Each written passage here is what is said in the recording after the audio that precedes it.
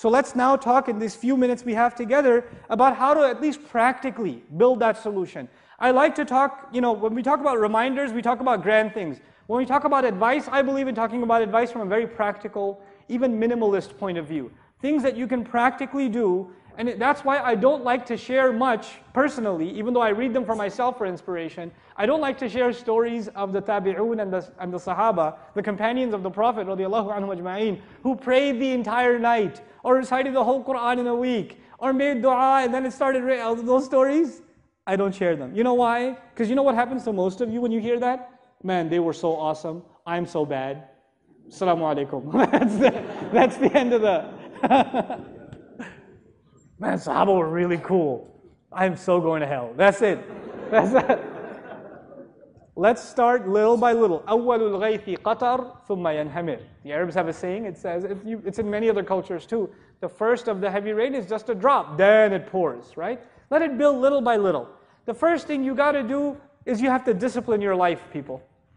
I have to do it, you have to do it. You know what it means to discipline your life? Go to sleep early.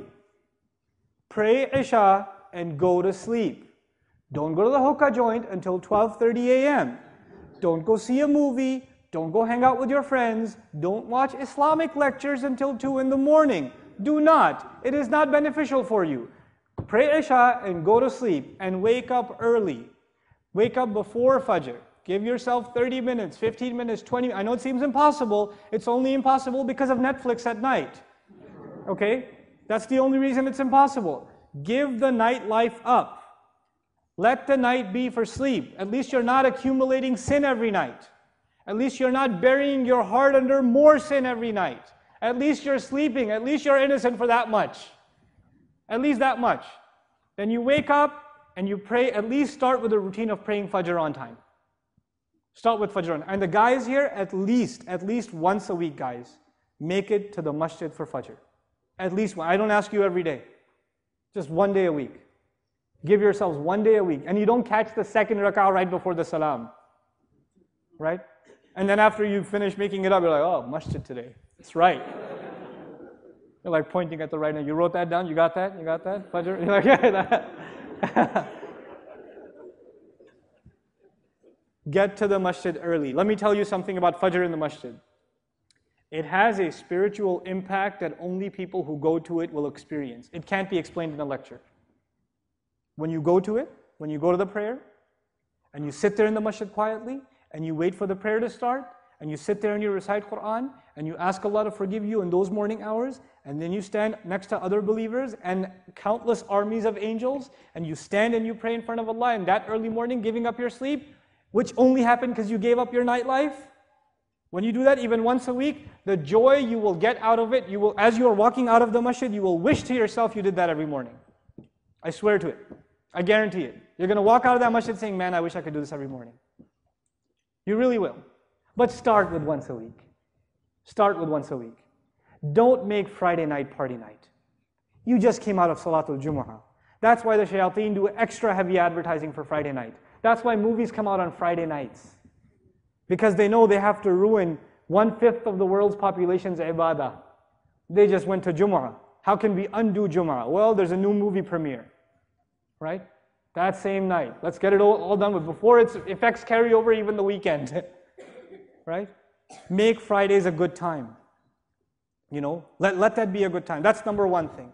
The second thing is every single day. I don't ask you to recite a juz. I don't expect that much anymore. 1 page of Quran. In Arabic, I don't care how badly you recite. I don't care how badly you recite. If you're embarrassed of your recitation, go in a room by yourself. Lock it up.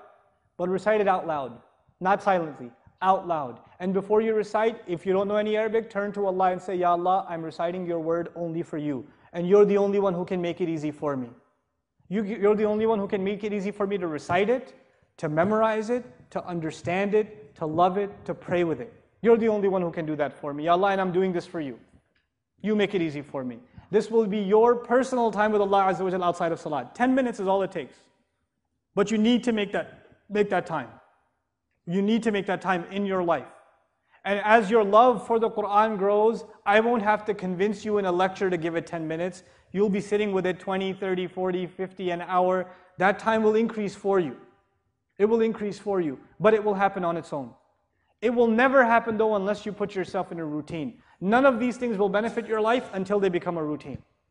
You really want to have a relationship with the Quran, start with reciting it. Even if you don't understand it. Even if, I'll say it again, even if you don't understand. Brother, I don't understand Arabic. I don't get anything out of it. Yes, you do. You don't even know what you get out of it. You're trying to imitate the words of Allah as He revealed them. You don't think there's a benefit in that? There absolutely is. My teacher, I asked this question when I was dumb, not too long ago. I asked my teacher, what's the point of reciting Quran? You don't even know Arabic. What do you get out of that? He said, let me tell you a story. This is my teacher, Sheikh Abdul Ghani in New York. He told us this story. He said, you know, a boy, he goes to the beach. And actually, he asked his dad the same question. I recite Quran, but I don't understand it. What's the point of me reciting it? So his dad took him to the beach. And he gave him a dirty bucket. It had holes in it though. He said, go fill it up with the beach water. Go fill it up. So the boy goes to fill up the water. And he brings it back. By the time he brings it back to dad, what's happened already? It's empty. Go fill it up again. So he sent him like 5 times, back and forth, back and forth, back and forth. He goes, Dad, there's no point, it's empty. He goes, yeah, but you notice a difference? He goes, yeah, it's clean. He goes, now you get it? He goes, oh. Now those of you who still don't get it, you're clearly on Facebook too long, right? Your brains have melted, right? Spend time reciting Quran. Then the third, just a little bit of practical recommendations for you guys. The surahs that you've already memorized, chances are they are from the 30th juz. Is that true? Surahs that you've already memorized, chances are they are from juz amma. One of my personal motivations to do an explanation of juz amma was just that. That if Muslims don't know the whole Quran, at least they know some things from juz amma. I don't say this out of my own, like to promote our program or anything else. I'm just giving you advice. If you guys can benefit from the recordings that we have of the 30th juz, don't listen to the whole thing. You don't have time for it, it's fine. Just listen to the surahs you've already memorized. Not a translation, an explanation of the surahs you've already memorized, the surahs that you're going to be using in prayer anyway. The ones you're going to be using in prayer anyway. So at least those surahs that you've been reciting since childhood, now you have a personal relationship and understanding of them. They've enhanced you in some way. Every time you recite them, it's an opportunity for reflection for you. It's an opportunity for you to get closer and closer to Allah's word. These things, we do them in this life. And if you can establish this routine, the last thing, I don't have a huge list of things. I'll review them with you too. First thing was fix your routine. Second thing was find 10 minutes to do what? Quran recitation. Quran recitation. Third thing was listen to lectures, if not mine, other people's too. Other shuyukh and scholars, there are plenty of tafsir available now. But listen, in addition to reading. I know you'll do reading, but most of you won't do reading. That's why I started with listen. You download it, you passively listen to it in the car. Okay? You're going to find time. When you start reading, you get through 2 lines, you'll fall asleep. I know. I've been there. Right? So instead of that, might as well, you're forced to stay awake, you're driving anyway, pop it in and just listen to it. Okay? It'll help you tremendously. That's the second thing. Now the last thing. If you can get this into your routine, then you add the next thing. Start memorizing the Quran. Even if it's 1 line, half a line, I don't care. Even if it's 1 ayah for a whole week, I don't care.